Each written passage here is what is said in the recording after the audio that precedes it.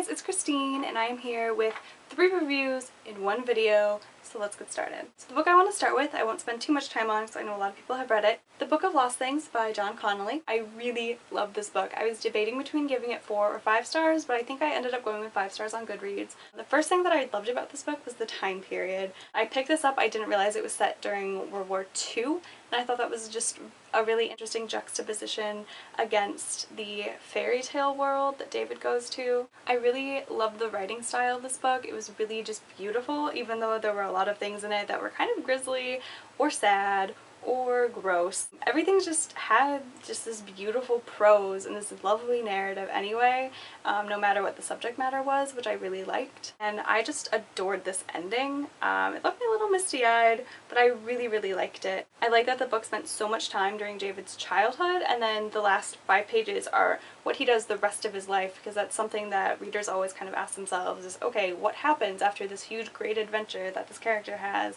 And John Connolly actually answers that for you, which is kind of heartwarming. And the only thing I didn't like about this book was that I didn't know a lot of the stories before I went into it, and just, that's nothing wrong with the book, that's more wrong with my choice of fairy tales, I guess. But there are endnotes that contain a bunch of information about the origins of the stories and why and how they were utilized in this story.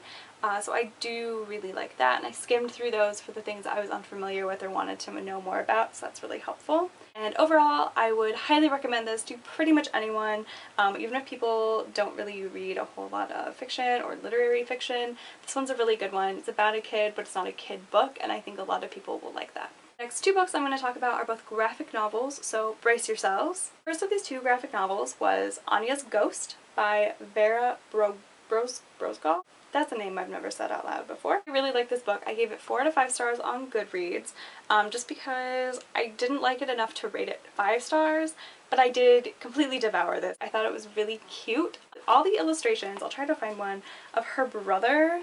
Her brother is like the most adorable drawn child I've ever seen. And all in all, I thought that this book was really good. All of the, what would normally be like black and white, is purple tones, which I thought was really unique and very cool. I thought this book really encapsulated what it's like to be a teenage girl, and because I think all teenage girls, no matter what, always feel like they're kind of on the outside looking in, and this book is really about trying to find your identity, find your friends, because your friends are part of your identity, and I thought that this was a really good like portrayal of that period of every girl's life where she's just trying to figure out who she is and who she wants to be and struggles with how she sees herself. So the 3rd book and 2nd graphic novel that I want to talk about is Zahra's Paradise by Amir and Khalil. This is set during the 2009 post-election period, when people were protesting because they believed that Ahmadinejad was wrongly re-elected. This book was actually first published online as a serial and then collected and bound into a book. I found out about this on a blog somewhere, and I didn't want to buy it without reading any of it first. I would definitely buy this one. You know, maybe it'll go on my Christmas list, but I really enjoyed it. The illustrations in it are really great. They're all completely done in black and white. I'll find a good piece to show you that doesn't show too much of the actual stories.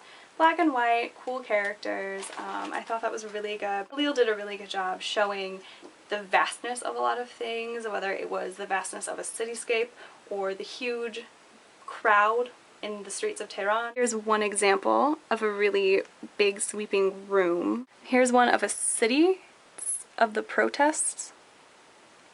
So I really liked the illustrations, but I especially liked the story. It was gripping and it was really heartbreaking because this isn't something that's made up.